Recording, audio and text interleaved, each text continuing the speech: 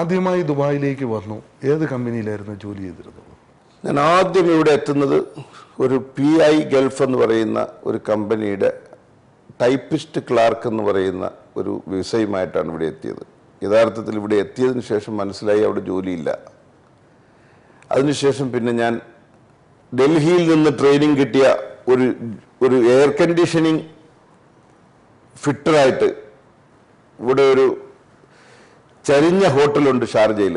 ആ ചരിഞ്ഞ ഹോട്ടലിൻ്റെ എയർ കണ്ടീഷൻ ഫിറ്ററായിട്ട് പോയി ജോലിക്ക് കയറി. എൻ്റെ ജോലി എക്സ്പീരിയൻസ് പൂർണ്ണ തൃപ്തിയല്ലാത്തത് കൊണ്ട് എന്നെ അസിസ്റ്റന്റ് ഫിറ്ററാക്കി. അങ്ങനെയാണ് 3 മാസം ഇവിടെ ജോലി ചെയ്തത്.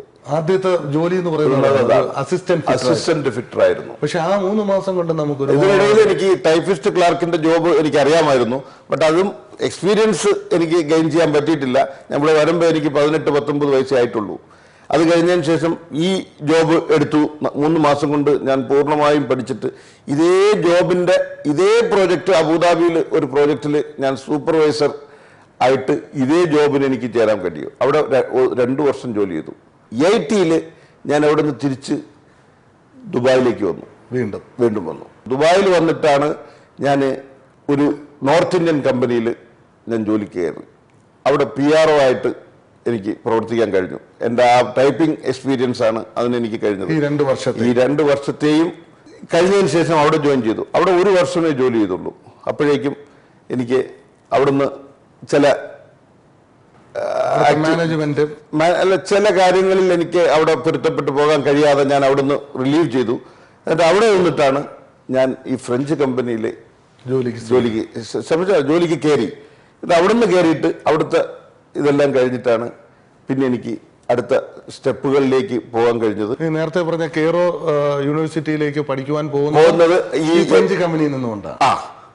അവിടെ ചെന്ന് അങ്ങനെ ഒരു നമുക്ക് നാട്ടിൽ വെച്ച് മുടങ്ങിപ്പോയ വിദ്യാഭ്യാസം ഇവിടെ വെച്ച് കംപ്ലീറ്റ് ചെയ്യണം എന്നൊരു ആഗ്രഹം മനസ്സിലുണ്ടായത് എങ്ങനെയായിരുന്നു? അല്ല, എന്തായാലും നമ്മൾക്ക് നഷ്ടപ്പെട്ടത് ചിലവെല്ലാം തിരിച്ചു പിടിച്ചേ പറ്റുള്ളൂ.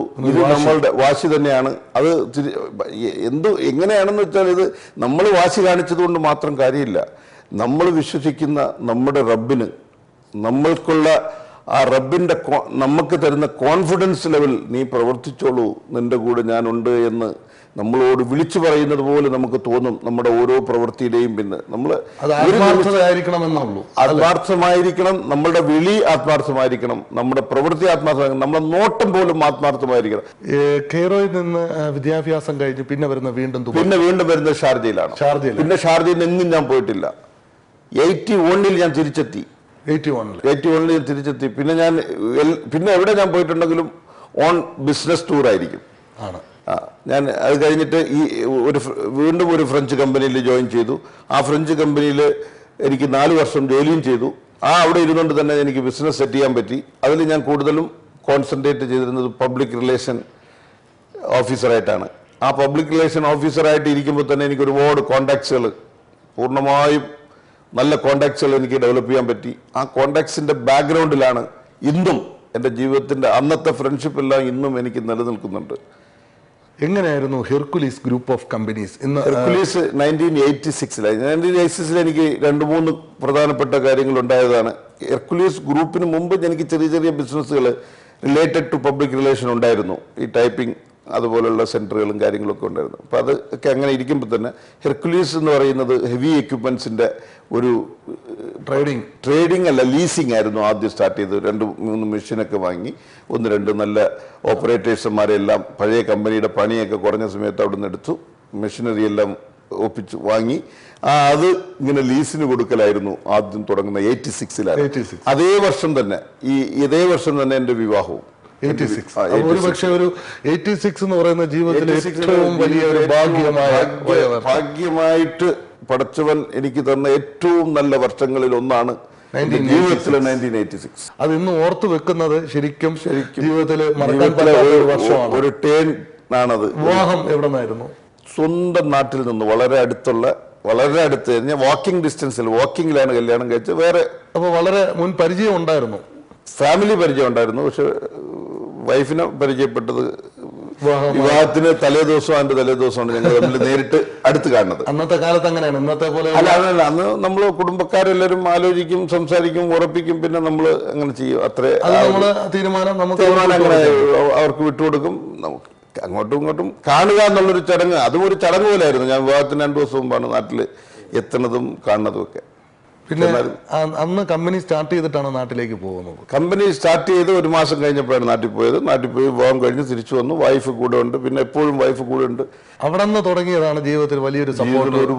ഒരുപാട് കാര്യങ്ങൾ, ഒരുപക്ഷെ ഒരു ഭാഗ്യം എന്ന് വേണമെങ്കിൽ നമുക്ക് പറയാമല്ലേ. കാരണം എന്ന് വെച്ചാൽ ജീവിതത്തിൽ ഒരു ബിസിനസ്സിൽ ഒരു വളരെയധികം ഒരു സപ്പോർട്ട് ചെയ്യുക കുടുംബത്തിന്റെ ഏറ്റവും വലിയൊരു കാര്യവും തന്നെയാണ്. കുടുംബത്തിന്റെ സപ്പോർട്ട് ഒരുപാട് കിട്ടിയത് കൊണ്ട് ഒരുപാട് കാര്യങ്ങൾ അവിടുന്ന് വളരെ നന്നായി ചെയ്യാൻ. പിന്നെ നമുക്ക് തിരിഞ്ഞു നോക്കേണ്ടി വന്നിട്ടില്ല. ഈ കാണുന്നതെല്ലാം പടച്ചോന്റെ ഔദാര്യമായിട്ട് തന്നെ എനിക്ക് ഓർമ്മയിലുണ്ട്.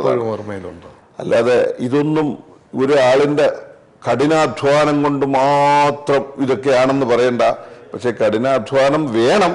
പക്ഷെ കഠിനാധ്വാനം ഉണ്ടെങ്കിലും അവന്റെ ഔദാര്യമില്ലാതെ ഒരു കഴഞ്ചു പോലും നീങ്ങാനുള്ള ഒരു കഴിവും മനുഷ്യനില്ല എന്ന് വിശ്വസിക്കുന്നവനാണ് ഞാൻ.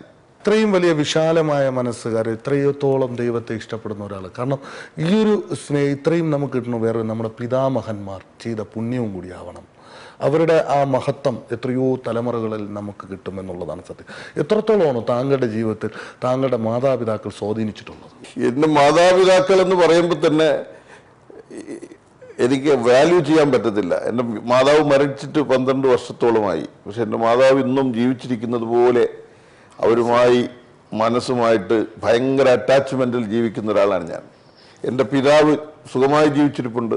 നോർമലി എൻ്റെ പിതാവിനെ ആളുകൾ കാണുമ്പോൾ എൻ്റെ പിതാവ് ഒരു വലിയ ധനാട്യനാണെന്നോ, സാധാരണക്കാരനാണ് എൻ്റെ പിതാവ്. എൻ്റെ പിതാവ് ഇന്നും രാവിലെ എഴുന്നേറ്റാൽ പ്രേയർ കഴിഞ്ഞാൽ ഉടനെ അടുത്ത കൃഷി കാര്യങ്ങളും പശുവിന്റെ കാര്യങ്ങളും മറ്റു കാര്യങ്ങളും സ്വന്തം പോയി ചെയ്യുന്നത് കണ്ടാൽ ഇതെന്തിനാണ് ഇങ്ങനെ ചെയ്യുന്നതെന്ന് മറ്റുള്ളവർ അതിശയിക്കാറുണ്ട്. പക്ഷെ എൻ്റെ പിതാവ് അതൊന്നും നിർത്തില്ല.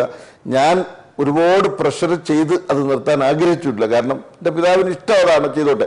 ഇന്നും ആ ലളിതമായ ജീവിതവും അദ്ദേഹത്തിനെ ഒറ്റയ്ക്ക് കാണാനെങ്കിൽ എൻ്റെ പിതാവാണെന്ന് ആർക്കും അറിയാനും പറ്റത്തില്ല, അറിഞ്ഞുകൂടാത്തവർക്ക്. ഇന്ന് ഹെർക്കുലീസ് ഗ്രൂപ്പ് ഓഫ് കമ്പനീസ് ഇന്ന് ഒമാനിലുണ്ട്, കുവൈറ്റിലുണ്ട്, പിന്നെ കേരളത്തിലും ഒരുപാട് വ്യവസായ സംരംഭങ്ങൾ ഓട്ടോമൊബൈൽ ഇൻഡസ്ട്രിയുമായിട്ട് ബന്ധപ്പെട്ട് കിടക്കുന്നു. എങ്ങനെയായിരുന്നു അത്?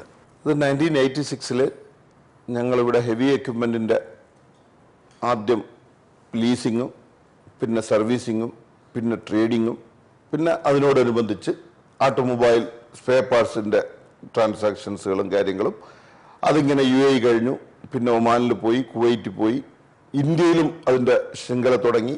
പക്ഷേ സാങ്കേതിക ചില തകരാറുകൾ കൊണ്ട് അത് ഒരു പ്രാവശ്യം അത് ക്ലോസ് ചെയ്യേണ്ടി വന്നു. അതിനുശേഷം വീണ്ടും അത് ഉണർത്തെഴുന്നേറ്റു. വളരെ വിശാലമായ രീതിയിൽ മാരുതി ഡീലർഷിപ്പോട് കൂടി ഒന്ന് എല്ലാം കൂടെ ഒരു 10,000-2000 കൂടുതൽ ആളുകൾ ഈ കാര്യങ്ങളിലെല്ലാം മുഴുകി. വളരെ മാരുതിയുടെ ഒരു അതോറിറ്റിയുടെ ഡീലർഷിപ്പ് കേരളത്തിൽ കിട്ടി എന്നുള്ളതാണ്. കേരളത്തിന്റെ ഒരു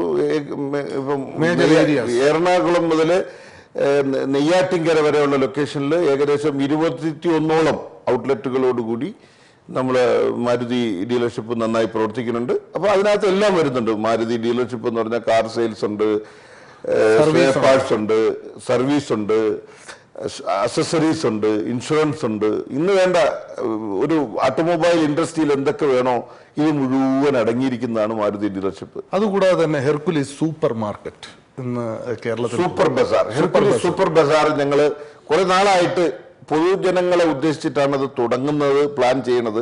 അതിന്റെ നിയമങ്ങളെല്ലാം പഠിച്ചപ്പോൾ ഈ പൊതുജനങ്ങളെ ഉൾപ്പെടുത്തുന്നത് അത്ര നിയമപരമായി ശരിയാവാത്ത ഒരവസ്ഥ കേരളത്തിൽ വന്നതുകൊണ്ട് ഞങ്ങളുടെ കുടുംബം തന്നെ ചേർന്ന് അത് നടത്തിയാണ്. കല്ലമ്പലത്തിൽ ആദ്യത്തെ ഷോറൂമും അതിനോടനുബന്ധിച്ച് ആറ്റിങ്ങിലൊരെണ്ണം വരണം. ഇത് രണ്ടും കൊണ്ട് ടെസ്റ്റ് റണ്ണിൽ ഈ മെയ് ജൂണിനകത്ത് ഇത് രണ്ടും ഓപ്പൺ ആവും. ഇത് ഓപ്പൺ ആയി കഴിഞ്ഞാൽ ഇതിന്റെ സക്സസിന്റെ ബേസിൽ പിന്നെ മറ്റ് താലൂക്കുകളിലേക്കെല്ലാം ഇത് വ്യാപിപ്പിക്കുക. എന്നതിന് ശേഷം ജനങ്ങൾക്ക് ഈ ആഗ്രഹം ഇപ്പോഴും നിലനിൽക്കുന്നുണ്ട് എങ്കിൽ ഞാൻ ആ പഴയതിൽ നിന്ന് മാറുന്നില്ല. പക്ഷെ എൻ്റെ വിശ്വാസം അവരെന്നോട് ഉണ്ട് എന്നുള്ള വിശ്വാസം തന്നെയാണ് എനിക്കിപ്പോൾ ഉള്ളത്.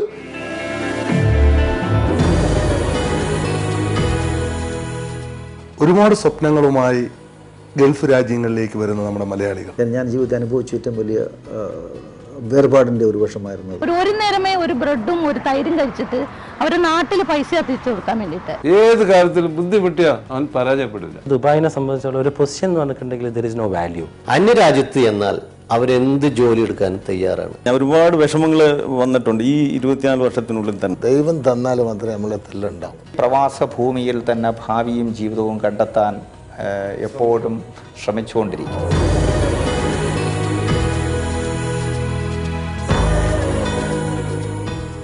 ഗൾഫ് രാജ്യങ്ങളിലേക്ക് എത്തുന്ന നമ്മുടെ മലയാളികൾ കഠിനാധ്വാനവും സത്യസന്ധതയും കൊണ്ട് അവർ നേടിയെടുക്കുന്ന വിജയം ശരിക്കും നമുക്കൊരു മാതൃകയാണ്.